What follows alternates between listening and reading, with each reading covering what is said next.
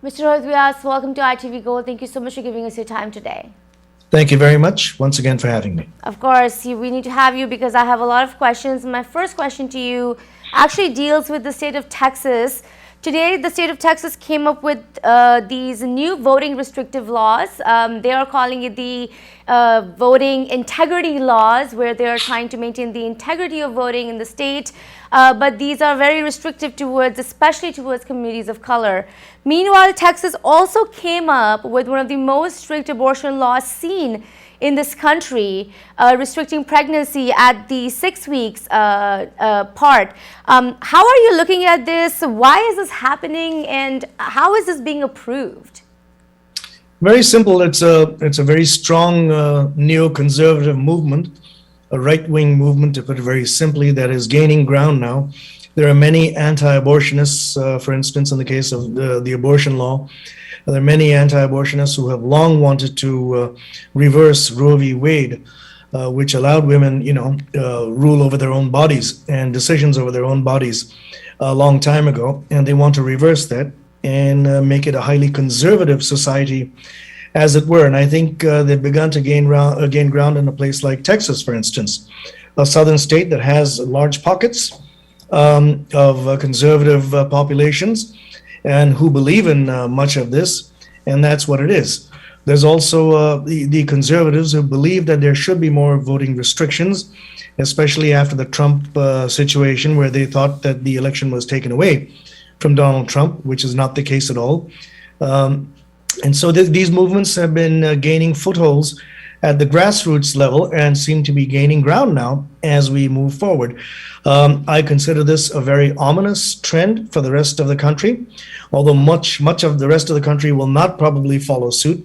But you've got the Supreme Court in play in a state like Texas in the abortion case, for instance, where the Supreme Court decided it wouldn't take any action to halt Texas from opening up lawsuits just about by anybody against anyone who sought to get an abortion after 6 weeks of pregnancy, or anyone who seeks to help anyone, even inadvertently. For instance, an Uber driver driving a woman to an abortion clinic unbeknownstly, and that person then goes in for an abortion, that Uber driver will be held responsible. So this is a rather dangerous development in terms of law and how law will be implemented. So let me ask you something. As a woman living in Texas, how should you be looking at this?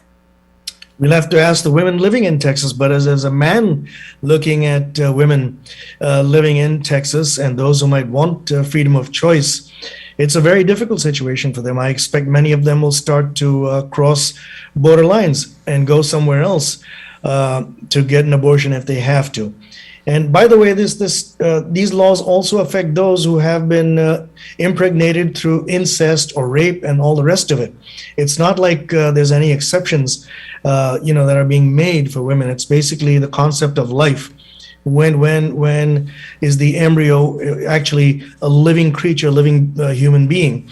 And that's what this whole argument has been about by the conservatives and those who are pro-choice. And so it's going to be a very difficult situation for women, but I expect in the immediate aftermath, if there is enough enforcement at the state level, and if there are enough abortion clinics that are scared and don't want to carry out any procedures, then a lot of women will be crossing state boundaries to do what they have to do. Yeah, very troublesome. We don't talk about male reproductive rights, but we love to talk about women reproductive rights. Another place where women's rights are being challenged and threatened is Afghanistan. We're hearing about protests of women happening, hundreds of women coming out trying to demand whatever they had achieved in the last 20 years, trying to maintain all the achievements that they have made as women of Afghanistan. How are you looking at the situation? And also, please tell us about the details you're getting from the region. What is happening there right now? All the troops have been pulled out. Evacuations are still taking place on a smaller level for people that are still left there. But how is the environment there? And, what is the Taliban doing? First of all, on the women's protests, very interesting development. And it was interesting to hear at least one woman I heard on CNN, I believe it was today, or the BBC. I think it was on the BBC, actually, I heard her, where she was saying, look, we're a new generation of women now. We're a new generation of Afghans. 20 years ago was a different story. But today, you, the Taliban, can dictate to us what we're supposed to do with our lives, etc., etc. You may think you're in control, but you're not. We're the people of Afghanistan. We're the women of Afghanistan, and we're going to demand our rights. And we are, once again, to remind you, a new generation. I thought that was very, very resonating, that this young lady who was speaking, and of course her identity was blurred so that there would be no repercussions against her, but she was speaking very vociferously, very vehemently about her rights, and so were many other women, and so were many other young men as well. And that's a very good sign for Afghanistan. Now, as to the ground situation over there, we've been getting reports of flights that have been sitting stranded basically on the tarmac in Mazar-e-Sharif.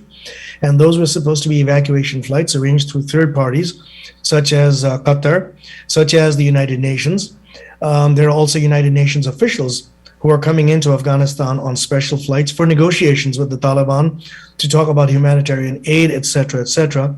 We're not yet sure how safe everybody is when they get in there and how safely they can get out as well.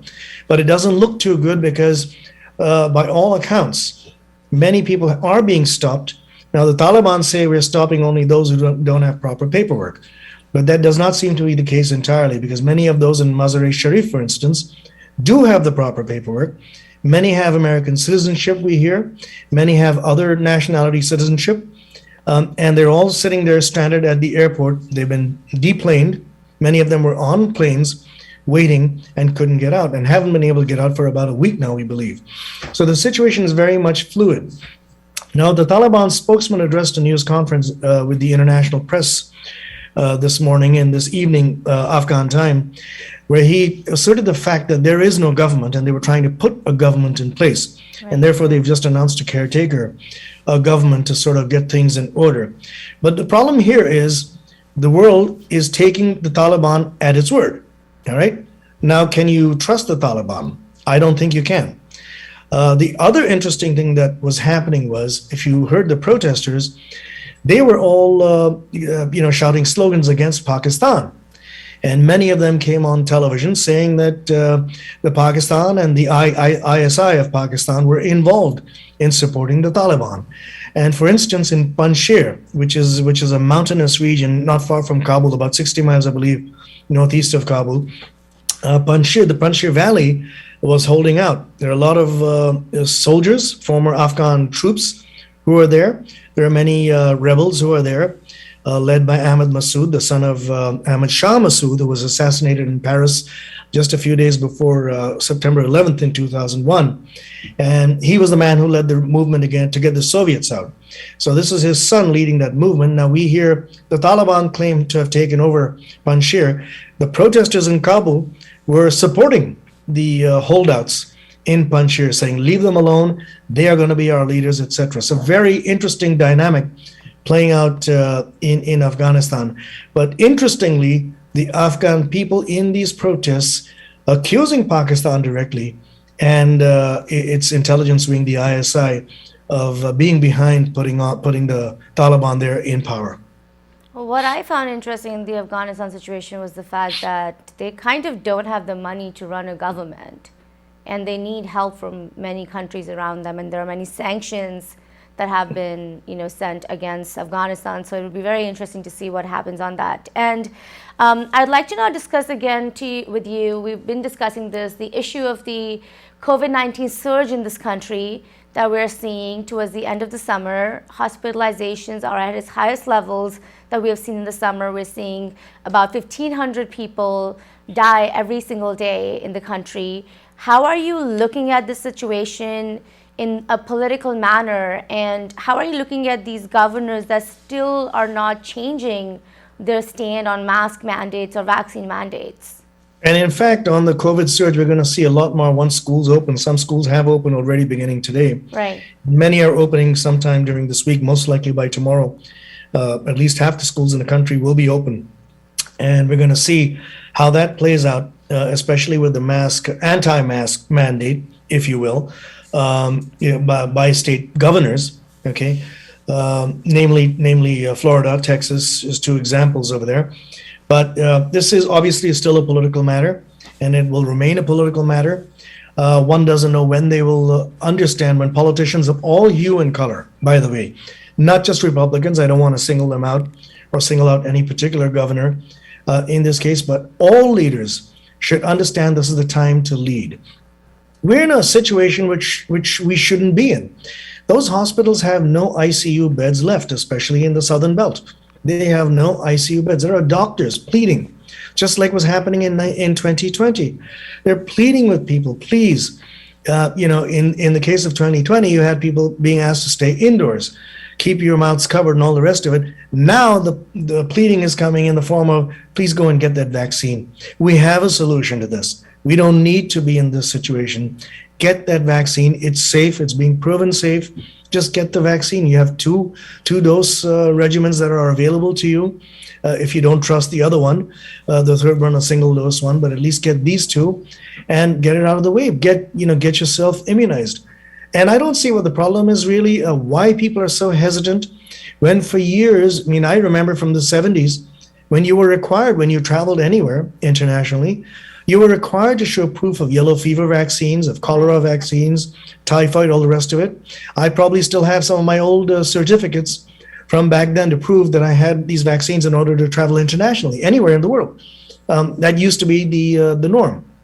And I don't see what the problem is for people to go and get the vaccination, because the fact is, disease is part of our lives. It's going to be a part of us, but there will be dangerous diseases and not so dangerous diseases or viruses. And so when we know and have identified and isolated one that we know is deadly and there is an antidote, why not make use of it? I frankly don't understand. I think the politicians who are making political capital out of this are doing a great disservice to humanity. Right. And, do you believe the economy would eventually also get affected of these states? No question. By the surges? No question about it. Not just these states, but everywhere. Already we're facing an international supply crunch. We're facing a national supply crunch because there are pockets which have too much of COVID going on right now, the surges. There are other pockets which don't, and they can lead something of a normal life. But now you're not getting supplies into those states because the other states where there is a surge, there are not enough people. They're too sick to transport things, for instance. It's the same playing out internationally, where you've got many countries where people have just been taking it nice and easy, and all of a sudden they're getting sick again with the Delta variant of COVID, and you've got a supply crunch, and it's affecting every single aspect of life. We don't need to be in this situation. We're in a very good spot.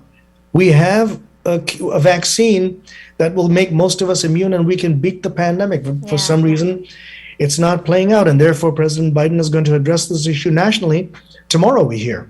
Yes, of course. And finally, my last question to you, Mr. Vyas, has to be about the damage Hurricane Ida has left. I'd like to know how you have reflected on the damages in states such as Louisiana, but then also in the Northeast states. New York, New Jersey got hit very bad. Many basements were flooded. There's a lot of damage. People died here as well. There was loss of life. How have you reflected on this, and how does this affect the state? It's very scary. Climate change is a reality. Now, you mentioned where you are, your studios are right now in Queens, New York, very close to where you are, as a matter of fact. There have been many fatalities, unfortunately. Very close to where I'm speaking to you from, in Woodbridge, New Jersey. In my town, we had a man drown as he was driving, right? He was going through an area which experienced a flash flood, and before he knew it, his entire vehicle was engulfed and he drowned. We have it right now. It happened right here where I am speaking to you, and it happened near you where you folks are broadcasting from. And so it's hit us hard, hasn't it? I mean, it's hit us right in the face that this can happen. We had tornado warnings here, and it's been happening all year this year in New Jersey. We've never seen anything like this in all the time I've lived here. I have never heard of tornado warnings in the state of New Jersey or anywhere in the Northeast. These are things you hear about in places like Kansas and those areas down there where they are frequent, but not here. So climate change is a reality. We now have to address this issue very, very closely and with much due diligence. That's why the president is visiting New Jersey and New York today. He's here to see the damage for himself. And I'm sure he's going to be talking about climate change. Now, that's one of the reasons where, because of what happened, the people should wake up now and support Joe Biden's call for infrastructure funding. Yeah. It's extremely important. What we've seen with the damage caused, especially here in the Northeast, is failing and crumbling infrastructure. This is exactly what is needed, a rebuilding or renovation of infrastructure so that there's better drainage in places like where I live and where someone drowned and many other parts of New Jersey where people have drowned. It's because of poor infrastructure. It was not able to handle the new climate reality, which is flash flooding, which is heavy rainfall that we've never seen. This is going to be with us for our lifetimes now and for generations after us. And therefore, infrastructure recapitulating, if you will, a rebuilding, is absolutely a necessity. And I'm sure President Biden now is going to use this to illustrate after he personally inspects these sites in Mandel, New Jersey, and then over in Queens, New York. He's going to be coming near you as we speak right now. Yes. He's going to see for himself that it's all infrastructure, which he's been talking about. I think this is the time every politician should go out and say, yeah, we need to do something urgently about our infrastructure. Yeah, in fact, highways were flooded, cars were left abandoned there, people were rescued out of it. It was a huge, huge, huge mess. So infrastructure is definitely something they need to talk about. Thank you so much today for your time on ITV Gold. Thank you very much.